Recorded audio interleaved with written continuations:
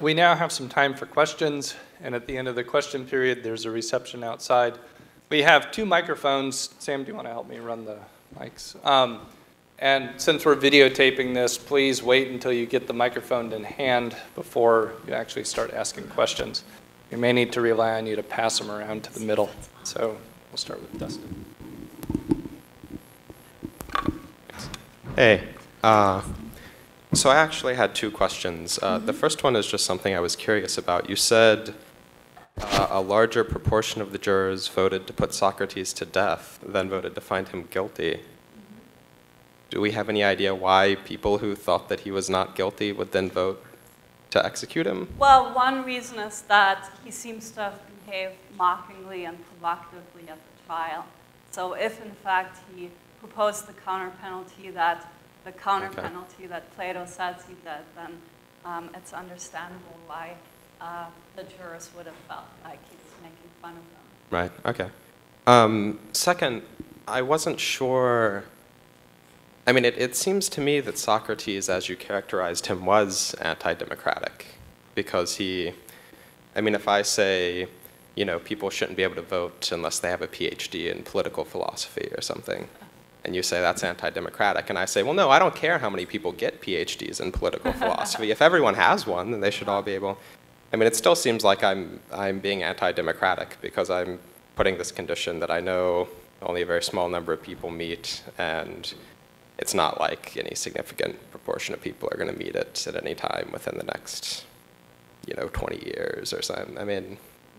So I'm not sure how it, even though he's not endorsing any other of the governmental systems that are being implemented around him, it still seems like he's in opposition to democratic principles. Well, he definitely thinks that to be competent at making political decisions, you would need some expertise.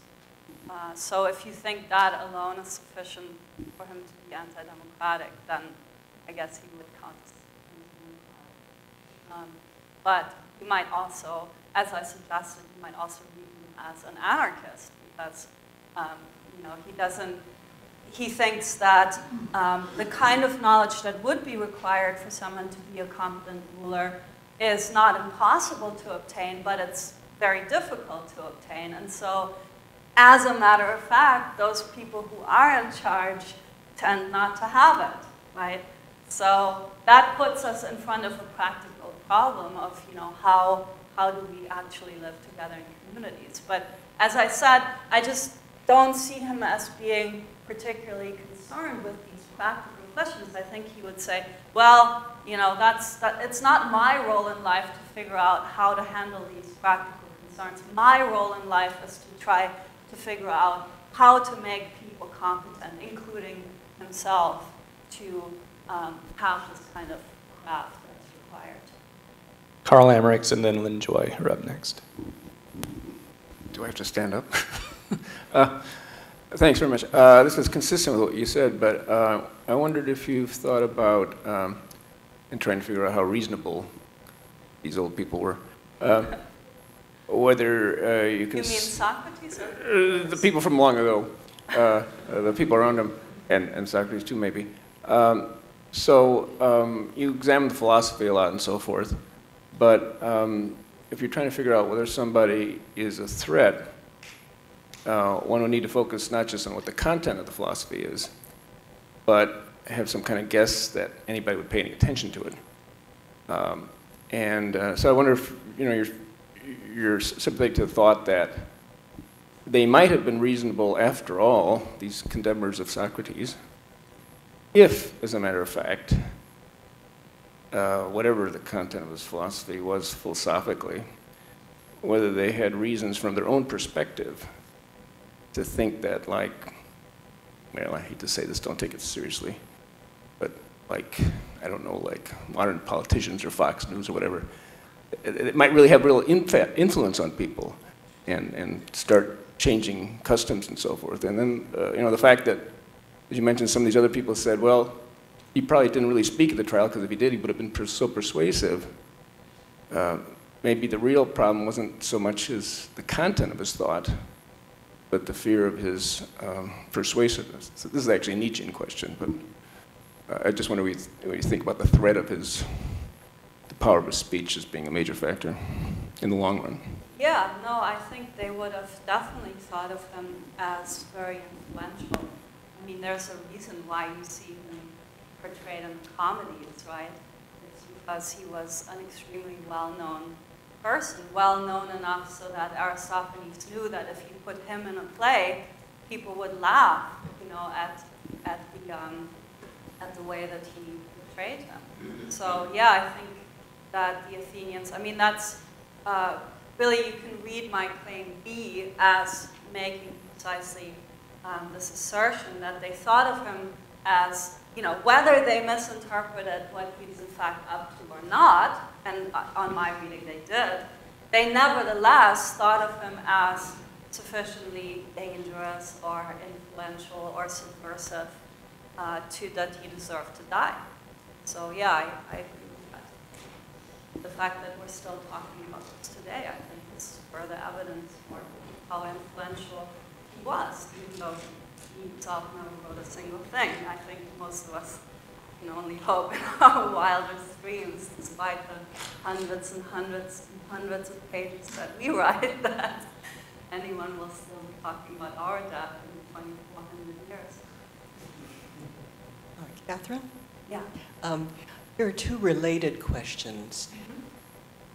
First, is your Socrates someone who is thinking that Athenians, generally speaking, do not possess the virtues or do not possess the unity of the virtues, and even worse than that, they also possess no genuine knowledge about the virtues? And secondly, do you think, I mean, what would your Socrates think about Aristotle, who is often interpreted as saying that in order for anybody to have knowledge of the virtues, and indeed to be one of his students, these people already must possess the virtues. They must be virtuous agents initially, or else they would be unteachable in the knowledge of the virtue. Yes to the first question, no to the second question. So I think that his assessment of the state of human wisdom at his time, and I think he would say the same about ours, was dismal. He was, you know, not impressed with. But he, of course, included himself in this as well. So I think when he looked around, he found people, some of whom, as I quoted in the passage from the Apology, he didn't say that no one knew anything about anything. Right? He did allow that some people knew many fine things. And the way that this comes out in the crafts is you can look at the products of the crafts. Crafts are teachable and learnable, even though they may be difficult to teach and learn. So there is, I think part of why he thought the craft model was attractive is because it's so accessible. You can see the products. You can see when somebody's an expert flute maker, right? But when it came to moral virtue, I think he was very disappointed by what he saw around him. So that was the first question. The second question, though, the fact that he was willing to confront anyone and everyone, right? It didn't matter whether they were slaves or women or children or adults or foreigners or Athenians, but he never lost his fervor in trying to make things better, at least on my reading. So I don't think that he thought that you needed to have already virtue in order to even be a plausible conversation partner. If he thought that, then he would have never talked to anybody. Right. Just a quick follow-up, sorry. Does this mean that Aristotle, in some sense, has lower standards here? See, on some people's reading, Aristotle understands that one might not have knowledge of the virtues and yet one might be a virtuous person, right? It seems like your Socrates not only demands that people exhibit and possess the virtues, but they, in addition, must have explicit knowledge of the virtues. And this is not a requirement that Aristotle, makes initially of virtuous agents. It's more radical. He thinks moral virtue is knowledge of the good and bad. It's not that knowledge is required to have moral virtue. It is. Moral virtue is knowledge of what is good and bad. So now the further question is, when you have this knowledge, if in fact anyone ever has it, would you have to be able to state it?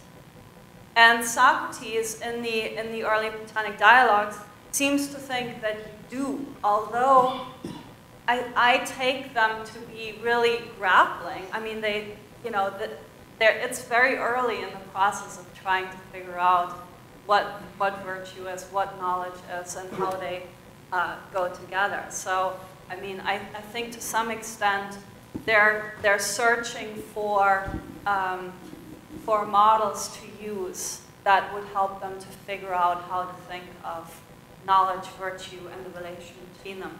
But in the early Platonic dialogue, Socrates is represented as taking virtue to be knowledge of what is good and bad. And he also thinks that when you have this, then you are able to state it. Right? That's when you undergo Socratic cross-examination, if you were ever able to answer the question that is posed at the beginning, that would be stating your knowledge. And he thinks that to teach it and to learn it, you would have to be able to state it. And I think that's something we can definitely be skeptical about. I mean, my car mechanic doesn't, if I ask my car mechanic, but what is it to be a car, right? He probably wouldn't be able to state it, but he's nevertheless maybe a very good car mechanic. So I think some of these assumptions here are necessarily ones that we would take on board as well.